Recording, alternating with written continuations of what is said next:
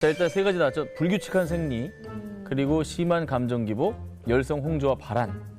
어느 정도 좀 해당이 좀 되시는지. 네, 되게 애매합니다. 지금 애매한데. 아, 그래요? 네, 저 같은 경우에는 일단 불규칙한 생리는 있고 열성 홍조하고 발한은 사실 저는 저게 문제가 있다고 인지를 하지 못했는데 제가 지금 이 얘기를 하면서도 얼굴이 약간 빨개지는데요. 자면서 식은땀이 나는 게 누구나 다 그런 거라고 생각했거든요.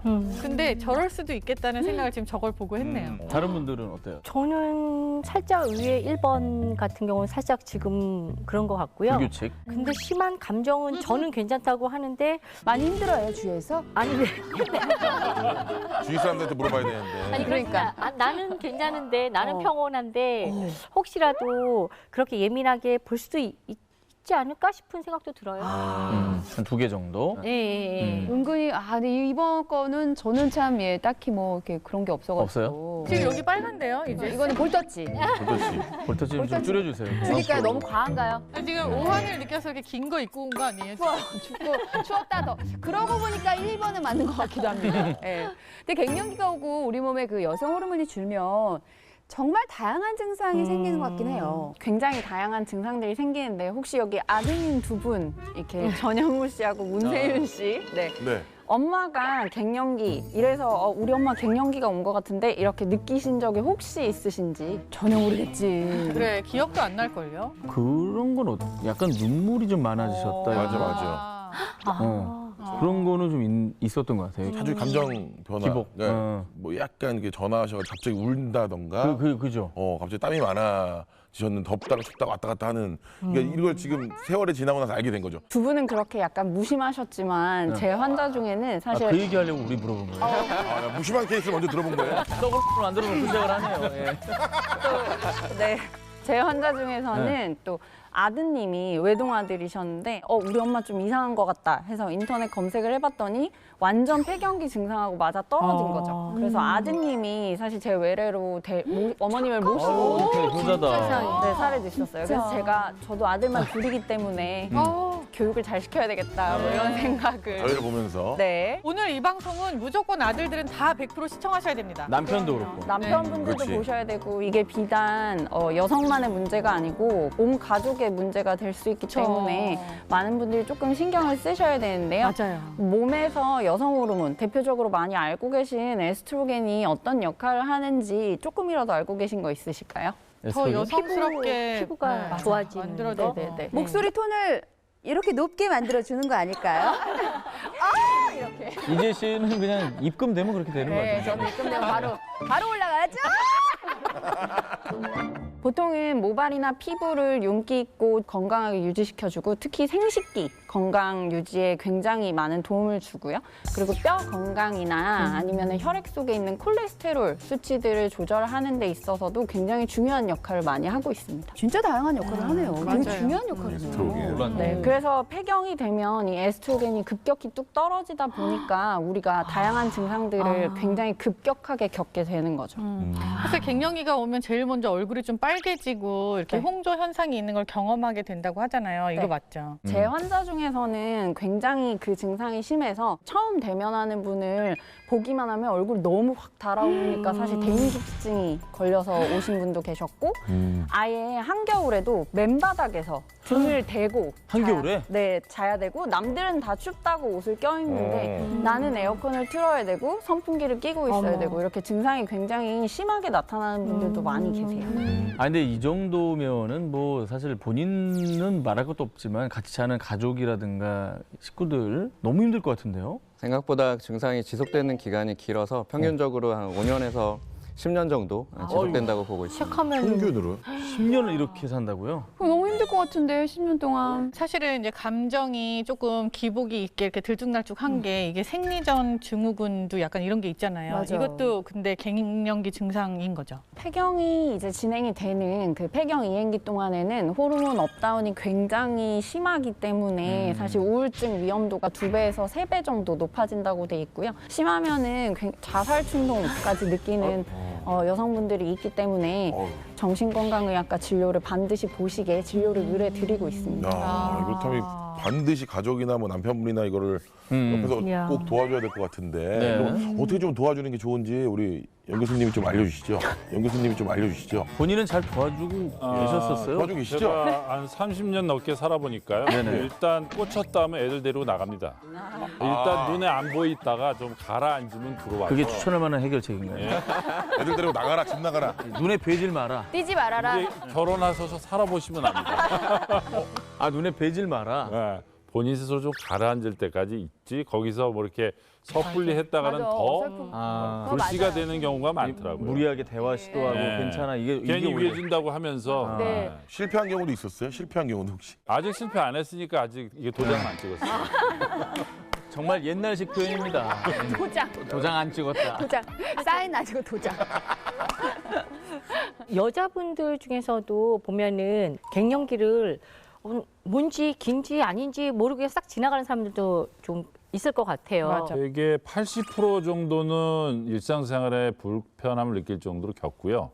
20%는 전혀 무증상. 모르는 사이에 그래서 지나가는 거예요? 증상을 겪더라도 무던하신 분들은 그냥 땀 좀 흘리나 보다 아니면 좀 얼굴이 빨개지나 보다 하고 흔히 누구나 다 여성이라면 겪는 거라고 생각을 하니까 개인적인 성격이나 신체 상태에 따라서 좀 심하게 겪는 분, 그냥 지나가는 분 겪더라도 자연스럽게 넘어가는 분 다양하게 있습니다. 저는 궁금한 게 또 이렇게 평소에 생리가 불규칙한 사람도 있잖아요. 이걸 어떻게 구분해야 될까요? 일단 제일 중요한 거는 본인의 생리 주기를 꼭 체크를 해두라고 얘기를 하고요. 그리고 3개월 이상 생리가 없거나 아니면 자기 생리 주기에 비해서 한 3배 정도 생리가 없을 때는 검진을 받으시는 게 중요한데요. 이게 비단 폐경이라기보다는 젊은 여자분들한테 굉장히 흔한 다낭성 난소 증후군이나 갑상선 질환이 생겼을 때도 있을 수 있고 자가면역 질환 같은 병들이 진단되는 경우가 있기 때문에 무월경이 있을 때는 반드시 산부인과 전문의하고 상의가 필요합니다. 제가 아는 동생은요, 같이 운동하는 친구인데 30대밖에 안 됐어요. 근데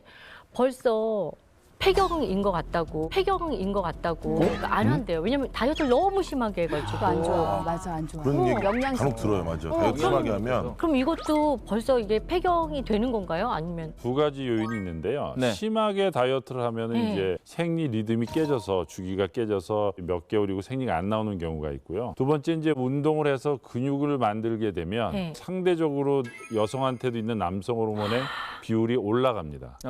그 비율이 어떻게 되냐에 따라서 생리가 이제 안 나올 수 있거든요. 근데 이제 운동을 좀 적절히 하시고 다이어트 하는 걸 좀 멈추시면 리듬이 돌아오는 경우가 더 많습니다.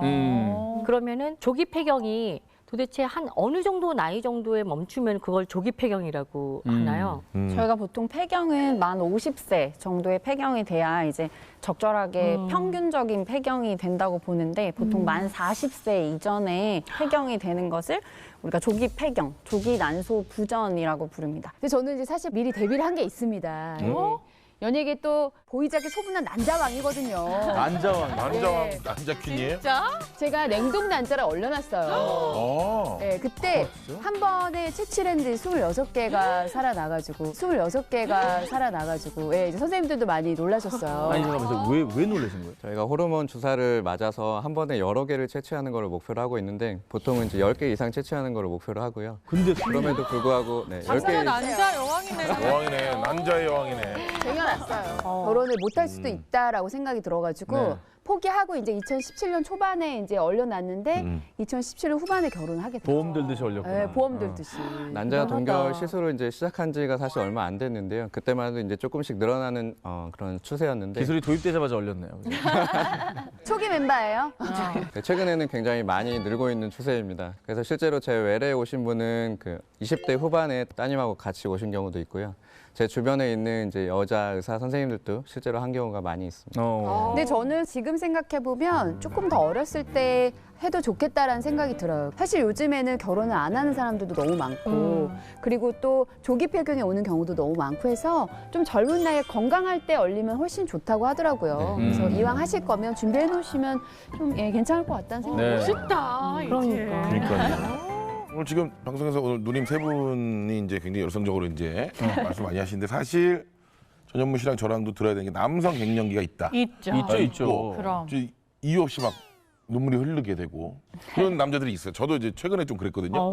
한 2년 전쯤인가 드라마 보면 100% 울어 일단은. 그러니까 애기 아빠가 된 후로는 애기 관련 다큐가 나온다. 그럼 그냥 일단 보질 못해. 막 오열이야 오열. 그리고 예를 들어서 가족 사진을 봐도 갑자기 울컥할 때가 있어. 진짜? 너무 잘 인사하고 나왔는데 그런 게 갑자기 막. 근데 이런 게 남성 호르몬이 좀 줄었다는 증거인가요? 저도? 여성분들은 이제 딱 그 생리가 끝난다는 이벤트가 있지 않습니까? 근데 남자분들은 사실은 뭐 호르몬이 떨어져서 생리적 현상이 없어졌다 이런 게 없지 않습니까? 그죠, 그래서 티가 안 나죠. 예. 넓은 의미에서 어떤 나이 변화에 의한 갱년기라고 한다면 만 35세부터 남자들은 넓은 의미의 갱년기가 옵니다.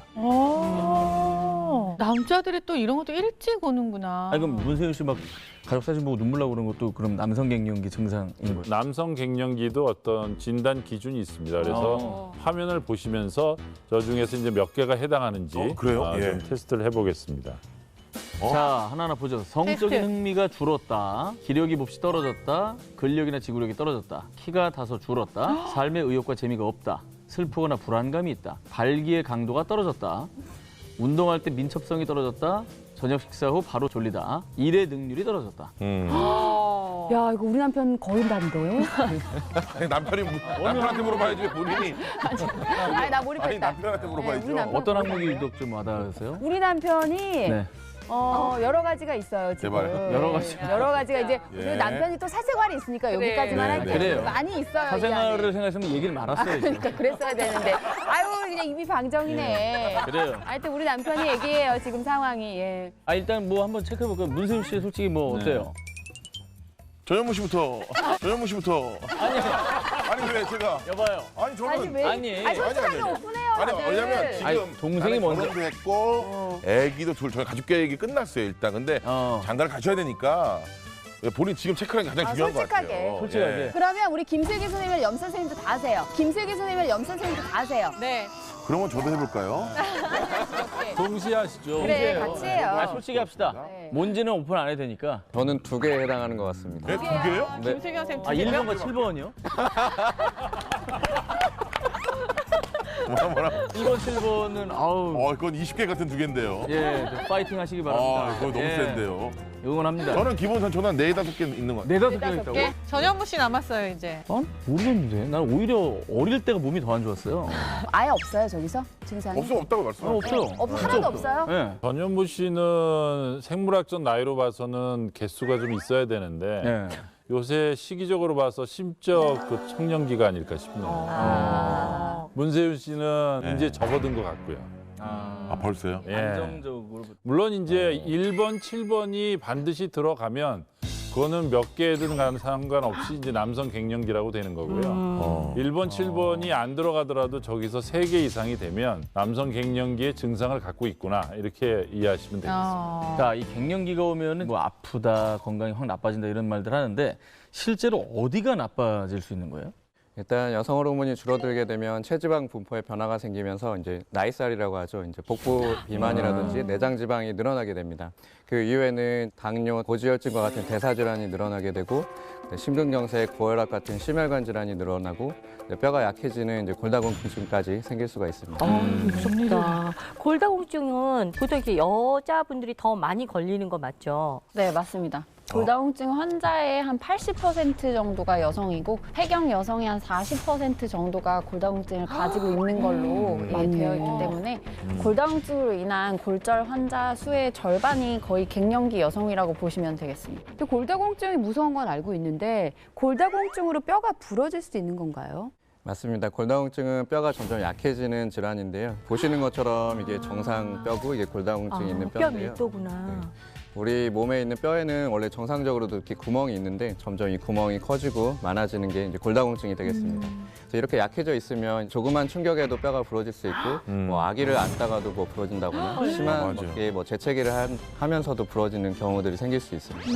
그렇게 쉽게 뼈가 부를 정도면 뭐 다시 붙일래도 잘 안 붙겠네요. 네, 이미 뼈가 약해질 대로 약해져 있는 상태이기 때문에 잘 낫지가 않습니다. 특히 이제 골반 쪽 대퇴골 골절이 있는 경우에는 몇 달 또는 뭐 1년 정도 이렇게 거동을 못하고 이제 침상 생활을 하게 되는데 그렇게 되면 이제 폐렴이라든지 이런 2차적인 합병증이 생기면서 1년 이내에 치료를 제대로 안 할 경우에 사망률이 20% 정도까지 돼서 어떻게 보면 이제 암보다도 더 무서운 수치라고 할 수 있습니다. 그러면 남자들은 뭐 골다공증 위험률이 좀 낮은 편인 건가요? 만 50세가 넘어가면 적어도 10명 중에 1명 정도는 뼈에 구멍이 생기는 골다공증이 생기고요. 남자도. 네. 50% 정도 뼈의 밀도가 떨어지는 골 감소증이 생깁니다. 우리가 남성들도 일정 나이가 되면 우리가 뭐 호르몬의 변화가 있던 없던 간에 꼭 골밀도 검사를 해주는 게 좋습니다.